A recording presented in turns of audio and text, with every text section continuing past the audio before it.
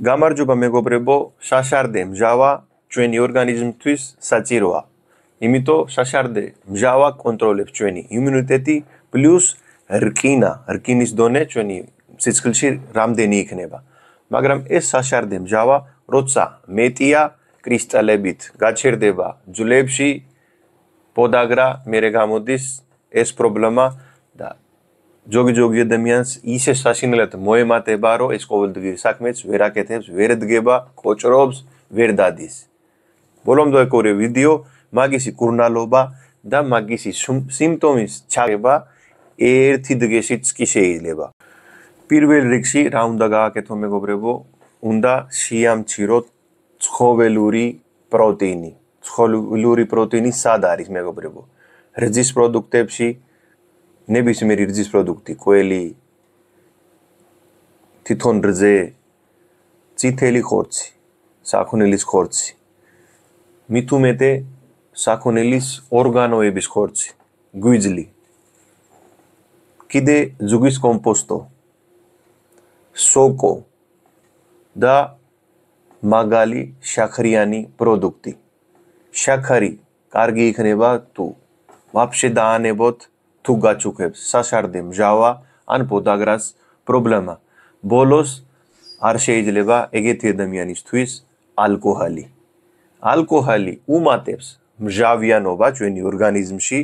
მჟავიანობა და ტუტის თეორია ყველა მიცის, იმ თემაზე ახლა ამ ვიდეოში მე არ გადავატურე, გაიწელება ვიდეო.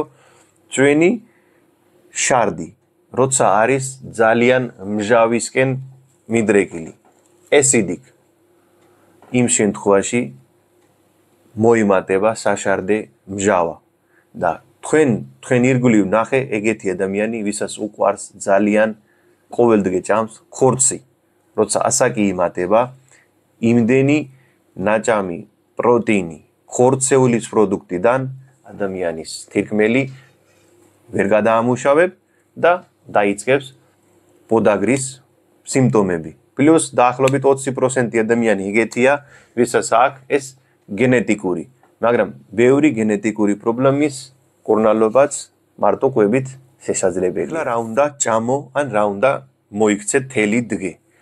მე ყოველთვის გეუბნები მეგობრებო, ცადე რომ დღეში ორჯერ ჭამო, მაგრამ ამ შემთხვევაში, როცა ადამიანს აწუხებს შაშარდე მჟავა, იმ ადამიანმა დიდი ხანი მშიერი არ შეიძლება.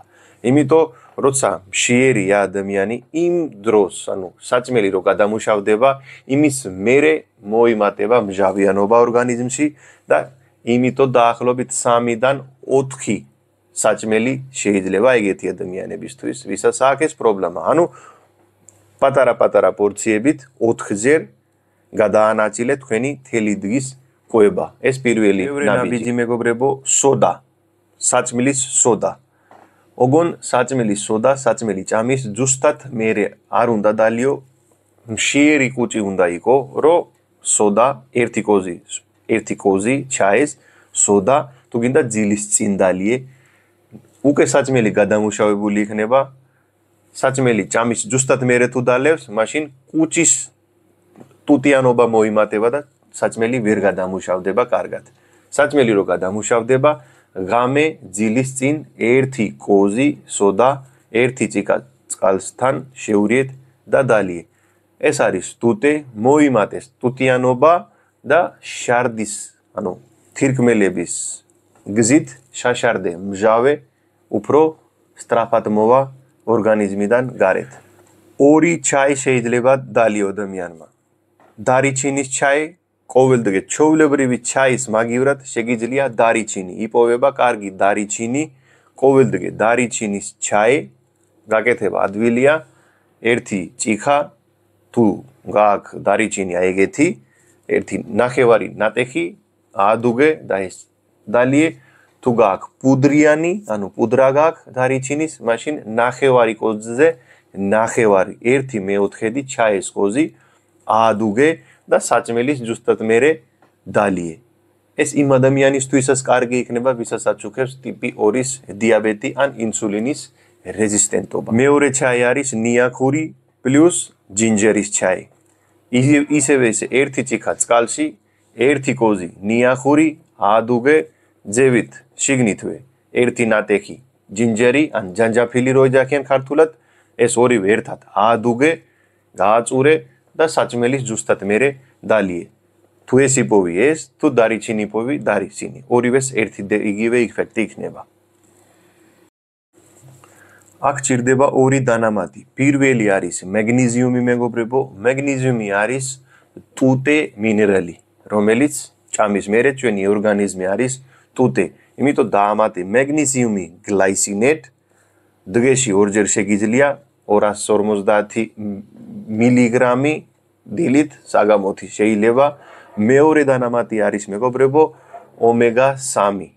ომეგა-3-ის კაფსულები იყიდება. ეს საუკეთესოა ამ პრობლემისთვის, პლუს ტვინის ჯანმრთელობისთვის და ეგეთი ადამიანი, ვისაც უხებს ართრაიტისის, იმისთვისაც საუკეთესო იქნება. ეხლა ყველაზე მთავარი, მეგობრებო, კალიუმი. კალიუმი თქვენ შეგიძლია, როგორც მე ყოველთვის გეუბნები, საჭმელის ჭამის წინ ბოსტნეული, ყველა ბოსტნეული ერთად შერეული 150-დან 200 გრამამდე ყოველ დღე ჯერ ჭამე და მერე სხვა საჭმელი ჭამე. საუკეთესო სიტუაციაა ჩვენი კუჭი და ჩვენი ორგანიზმისთვის კალიუმის ნაკლებობა არადროს არ იქნება და ბევრი ქრონიკული დაავადებების კურნალობა თვითონ გააკეთებ ჩვენი ორგანიზმი. ეს თუ არ გააკეთებ, მაშინ დანამატით კალიუმი. აი ეგეთი ბოთლებში იყიდება კალიუმი, მაშინ ამ შემთხვევაში ეს დალიე. ეხლა ზაფხული მოდის. ბუნებრივად გირჩევს დალიე, ჭამე ბოსტნეული, სოცხალი ბოსტნეული საჭმელის წინ, მერე ჭამე საჭმელი, ეს პოდაგრა და ეს შაშარდის დაგროვის, შაშარდე მჟავის მეტობა, მეგობრებო, ერთი დღიდან მინახია, ერთი პირველივე დღე უკვე ჩამსხრალი იქნება ეს ტკივილი. არ გეტკინება და შაშარდე მჟავა იქნება სულ კონტროლში. სულ იგავი ჯანმრთელი და ბედნიერი, გააძიარეთ მეგობრებში, გამოიწერე არხი. კარგად და ჯანმრთელად.